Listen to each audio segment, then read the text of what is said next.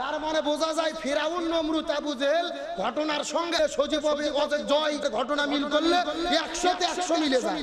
এই জন্য জয়কে বলবো বেশি লাফালাফি করো না, অত দালালি করো না।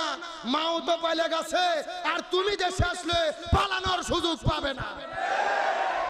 এই যে শেখ হাসিনার ছেলে সজীব জয় ভারতের একটা মিডিয়াকে সাক্ষাৎকার দিয়েছে যে বাংলাদেশের জঙ্গিরা ক্ষমতা দখল করেছে, বাংলাদেশের মৌলবাদীরা আমার মাকে হটিয়ে দিয়েছে, জামাত বিএনপি যদি ক্ষমতায় আসে বাংলাদেশে কোনো হিন্দু থাকতে পারবে না, হিন্দুদেরকে ভারতে আসতে হবে, এগুলো বলে মিডিয়ার মধ্যে প্রচার করতেছে।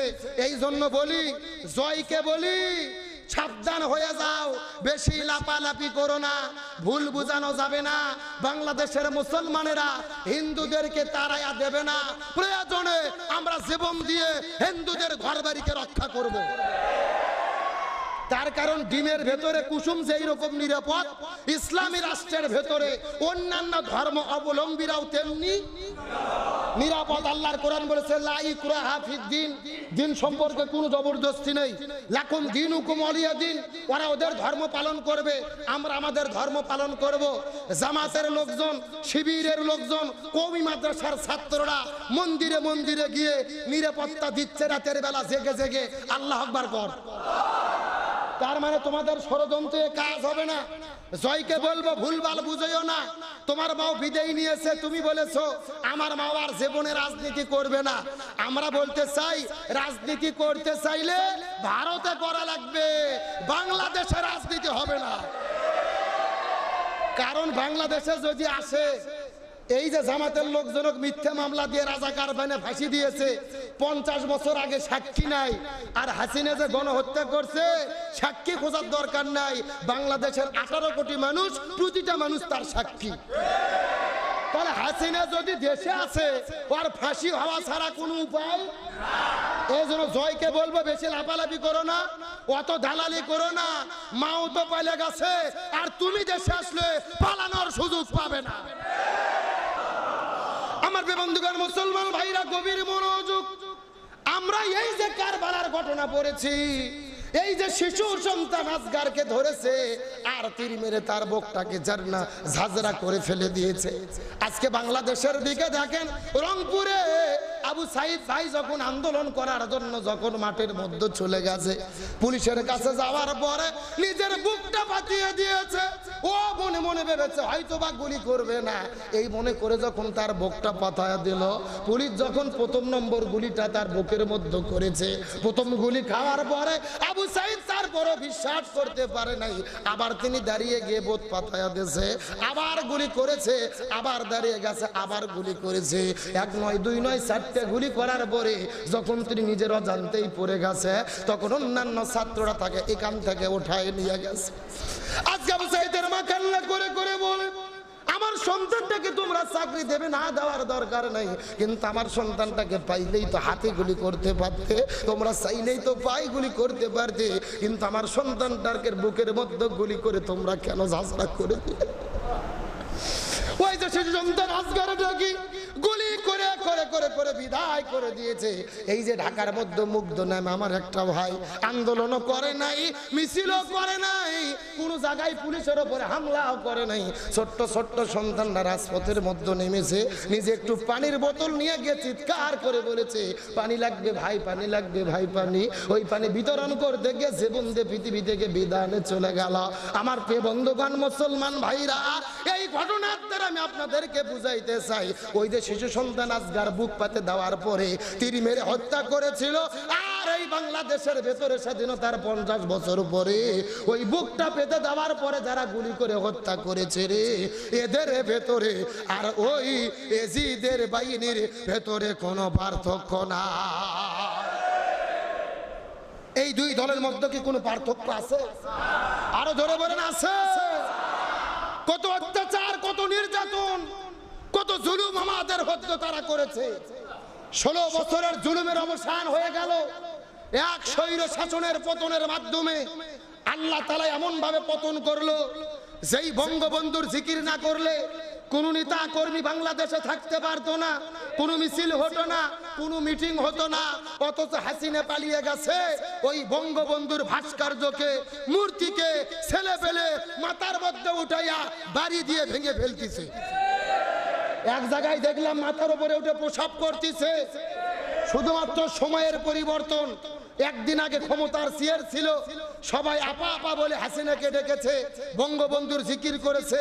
পরের দিনে ক্ষমতার চেয়ার নাই, বাংলাদেশে কোনো আওয়ামী লীগের নেতা কর্মী নাই, পরিচয় পর্যন্ত দিতে পারতেছে না। তার মানে বোঝা যায় আল্লাহর বিচার, আল্লাহর ফয়সালা। অহংকার যখন বেড়ে যায় অধপতনটা এইভাবেই হয়। স্বাধীনতার মহান স্থপতি বঙ্গবন্ধু শেখ মুজিবুর রহমান, আমরা তাকে শ্রদ্ধা করি, তিনি আমাদের দেশের স্বাধীনতা এনেছেন। কিন্তু বঙ্গবন্ধুর মাথায় প্রসাব হচ্ছে কেন? তার ভাস্কর্য ভাঙা হচ্ছে কেন? এর পেছনে বঙ্গবন্ধু দায়ী নয়, এর পেছনে দায়ী হলো তার কুলাঙ্গার সন্তান শেখ হাসিনা। এর পেছনে দায়ী হলো তার সন্ত্রাসী দল আওয়ামী লীগ। তারা যদি ভালো ব্যবহার করত, বঙ্গবন্ধুর অপমান বাংলার দেশে হতো। তার মানে এরা বাংলাদেশে বঙ্গবন্ধুর স্বপ্ন পূরণ করতে গিয়ে এমন কাজ করেছে, বঙ্গবন্ধুর নামগন্ধ বাংলার জমিনে আর থাকতেছে না। এ কার ফয়সালা, কার খেলা? এই জন্য বাড়া ভালো, কিন্তু বেশি বাড়া আর অহংকার হলো পতনের মূল। অহংকার কিসের মূল? শেখ হাসিনা চিন্তা করছিল পিলখানায় হত্যা করে শেষ করে দিয়েছি, হেফাজতের কওমি মাদ্রাসার ছাত্রদেরকে 5 মে শাপলা চত্বরে শেষ করে দিয়েছি, কত মানুষদেরকে মেরে শেষ করলাম, আর এরা তো ছাত্র। আল্লাহ বলতিছে না, তুমি তো জানো না নমরুদের পতন হয়েছে ন্যাংরা মশার কামড় খাইয়া, ফিরাউনের পতন হয়েছে পানির মধ্যে চুবনি খাইয়া, আবু জেলের পতন হয়েছে ছোট্ট বাচ্চার বাড়ি খাইয়া, আর হাসিনার পতন হয়েছে ছাত্রদের ধাওয়া খাইয়া। আর এই বাংলাদেশে আল্লামা সাঈদীকে রাজাকার বানাইয়া ফাঁসির দড়িতে ঝুলাইতে চেয়েছো, পারোনি। ইনজেকশনে ভাইরাস দিয়ে তাকে পরিকল্পিতভাবে শহীদ করে বিদায় করতে চেয়েছো। আল্লামা সাঈদী মারা যায়নি। বাংলাদেশ যতদিন থাকবে আল্লামা সাঈদীর নাম ততদিন থাকবে। এই পৃথিবী যতদিন থাকবে আল্লামা সাঈদীর নাম ততদিন থাকবে। কিন্তু আওয়ামী লীগ, হাসিনা, এখন হাসিনা থাকলে কি পালাইতো? 3 দিন আগে জামাত ইসলামকে নিষিদ্ধ করলো, সে নিজেই নিষিদ্ধ হয়ে গেল। এগুলো কার খেলা? যেরকম কার ফয়সালা? তবে আমি একটা মেসেজ দিয়ে শেষ করে দেব। যেই দিন বিজয় হলো, দেশ স্বাধীন হলো, ওই গণভবনের মধ্যে আমরা দেখেছি, ওই গণভবনের মধ্যে সেনা যখন বক্তব্য দিল, সেনা প্রধান প্রথমেই তিনি বলেছে, আমি জামাত ইসলামের আমিরের সাথে বক্তব্য দিয়েছি, কথা বলেছি। আলহামদুলিল্লাহ কোন? সর্বপ্রথম কার নাম বলছে? জামাতের আমিরের সাথে কথা বলেছি, বিএনপির নেতাদের সাথে কথা বলেছি। তার মানে বোঝা গেল 3 দিন আগে যাদেরকে নিষিদ্ধ করলা, 3 দিন পরে সেনা প্রধান বুঝতে পেরেছে বাংলাদেশে শান্তি যদি কায়েম করা হয়, করতে হয় আগে জামাতের আমিরের দরকার। এমনকি তথ্য বলতেছে যে সেনাবাহিনীর প্রধান সর্বপ্রথম জামাতের আমিরকেই তিনি ফোন করেছে। আলহামদুলিল্লাহ কোন? 3 দিন আগে যাদেরকে নিষিদ্ধ করলে 3 দিন পরে সেনাবাহিনীর প্রধান তাদেরকে ডেকেই শান্তি কায়েম করার চেষ্টা করতেছে। জামাত ইসলাম মন্দির পাওয়ার দিচ্ছে, মানুষের পাশে দাঁড়াচ্ছে। আজকে আমিরে জামাত সেই শহীদ আবু সাঈদের কবরে গেছে, কবর জিয়ারত করতে গিয়ে কান্নায় ভেঙে পড়েছে, তার জন্য দোয়া করতেছে। স্বাধীনতার পরের দিনে মগবাজারের কেন্দ্রীয় অফিস যখন খোলা হলো, দীর্ঘ 15 বছর পরে অফিস খোলার পরে কান্না করতে করতে বলেছে, এই বিজয় হলো আল্লাহর পক্ষ থেকে আমাদের উপহার। 15 বছর পার হয়ে গেছে, আমাদের উপরে এত জুলুম করেছে, মিছিল মিটিং করতে দেয় নাই, ঘর থেকে বের হতে দেয় নাই, মিথ্যা মামলা দিয়ে বন্দি করেছে, ফাঁসি দিয়েছে, এত চেষ্টা করেছে। ওরা চেয়েছিল জামাতকে নিশ্চিহ্ন করে দেবে, কিন্তু বর্তমান রিপোর্ট বলতেছে নিশ্চিহ্ন হয়নি, জামাত আরো বহু গুণে বেড়ে গেছে। তার মানে বোঝা গেল ইসলামী আদর্শকে নিশ্চিহ্ন করা যায়, জোরে বলেন মুছে ফেলা যায়। সুতরাং জনগণ ভালো কারা, মন্দ কারা বুঝে গেছে।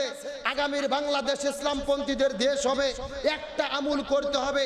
শেষ কথা আমার দিকে শোনেন।